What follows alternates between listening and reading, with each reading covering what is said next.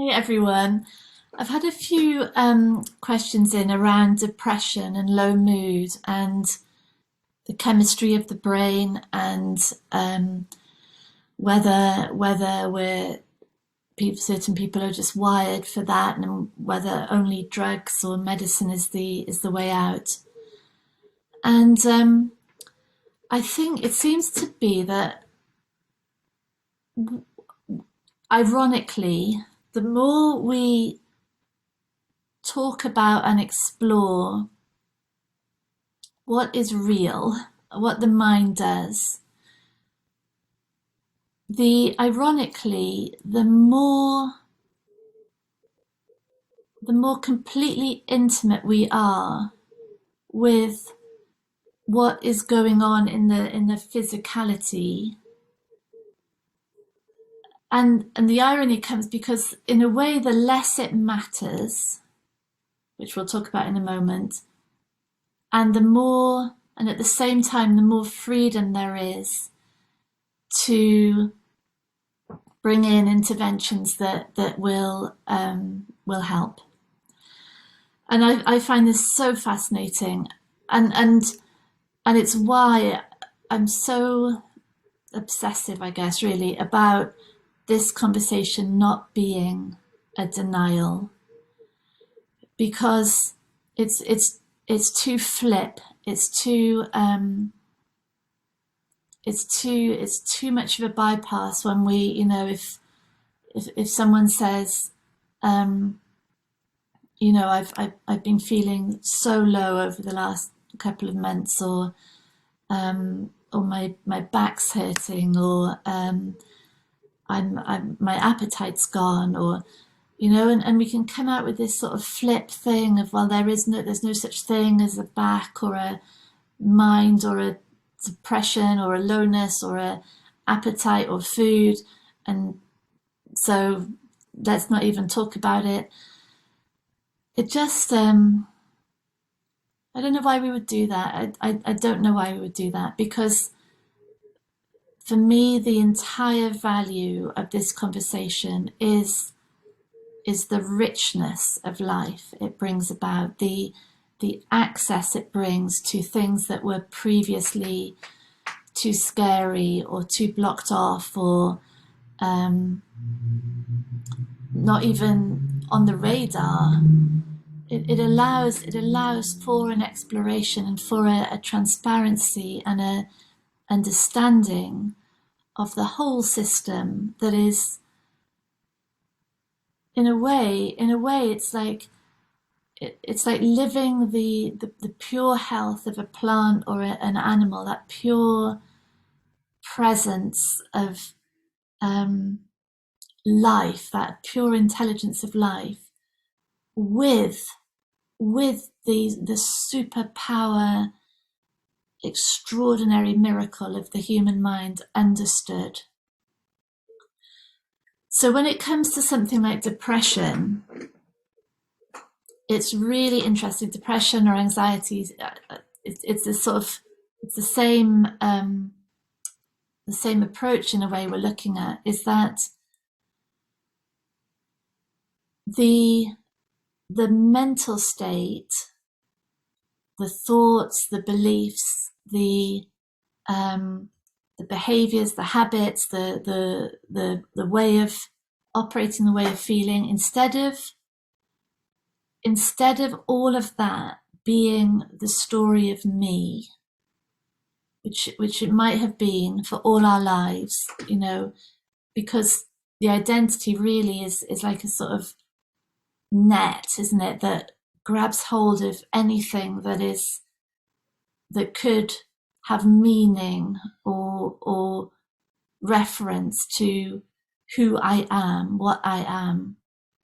And so experience and mood and beliefs and my failures, my emotional landscape is all me. And from that space, everything is looked at through the lens of me. So depression is a signifier about me. It's it's saying something, it's information, it's conveying an aspect of my identity and how I compare to other people, and it has information about my future and my past, and so the a dip, even a really severe dip in the emotions, in the mood, in the motivation, in the energy, in the affect,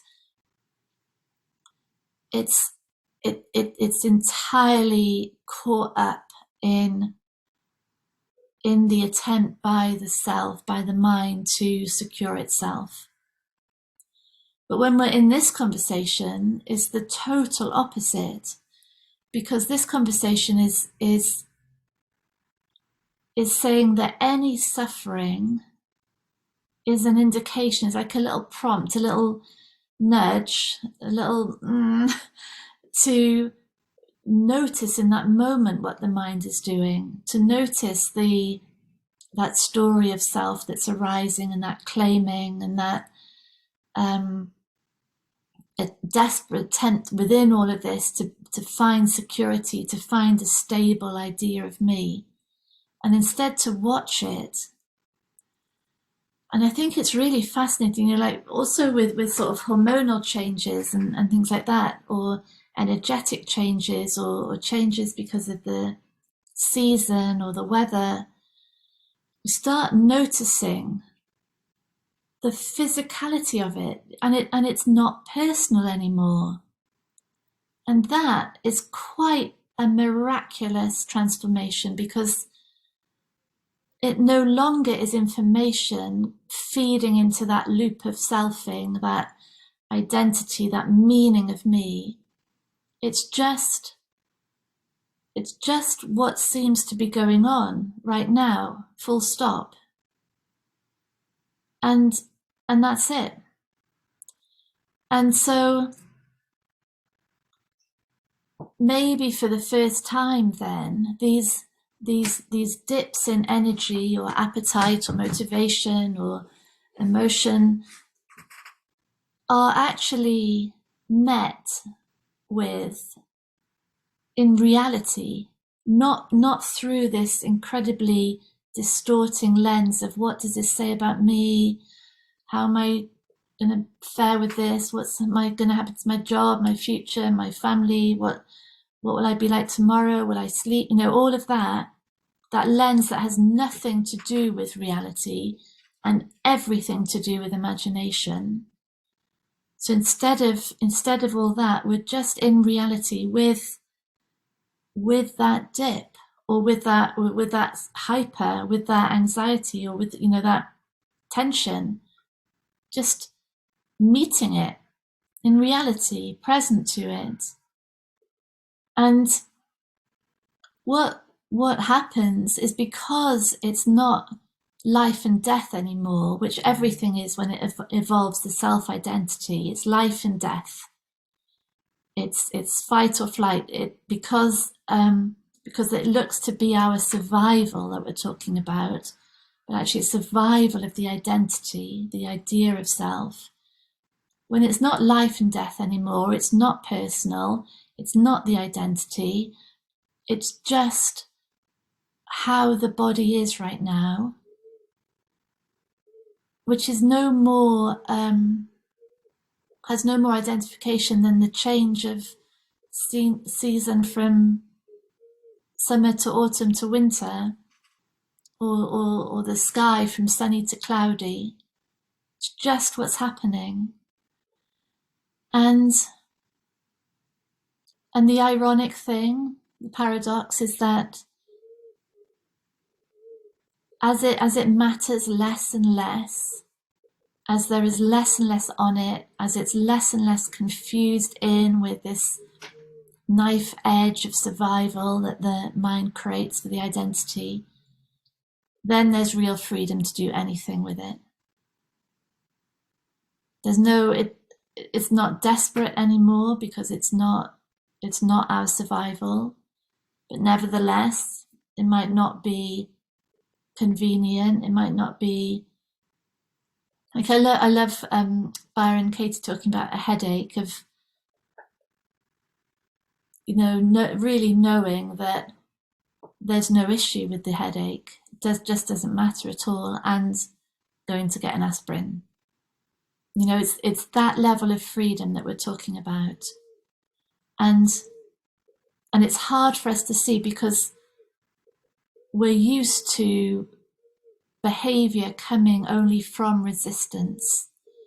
So we have to be really resisting that depression, resisting that low mood, and then taking action on it. But actually that is a real space of confusion, because the action is trying to solve the resistance, really. But when there's no resistance, because it's not personal, there's no identification, then maybe no action is necessary. And we definitely find that it just becomes obvious that the energy goes up and down, emotions go up and down, motivation changes. It really starts to become obvious that there's nothing in there to fix, no more than we would try and fix a tree or a bear in hibernation. We wouldn't try and stick leaves back on a tree in autumn. It's just the natural cycle of what that tree is going through, and there's a perfection in it and a place in it. And I think we really find that, especially with something like depression, when the belief might be that we have to be always on, always high energy, always functioning, always geared up. But when we start looking at nature, that's absolutely not the case, is it? There's absolute periods of slowing down and apparent, motionlessness. But actually, those periods of apparent total inactivity are vital for the next stage. And so all of these things start to, we're just more respectful, more knowledgeable, more observant, more attentive, more intimate with the perfection of the changing physical system. And so there's less and less to fix, and if it still looks like a change is required, then a change can happen. Yeah. It's really why this isn't denial. It's why it's either more intimacy with others, with the body, with experience, with emotions, with life, with everything, or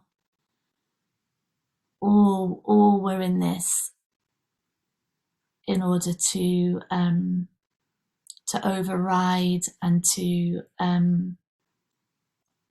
lock out and to control, and that's just more of the same. Yeah.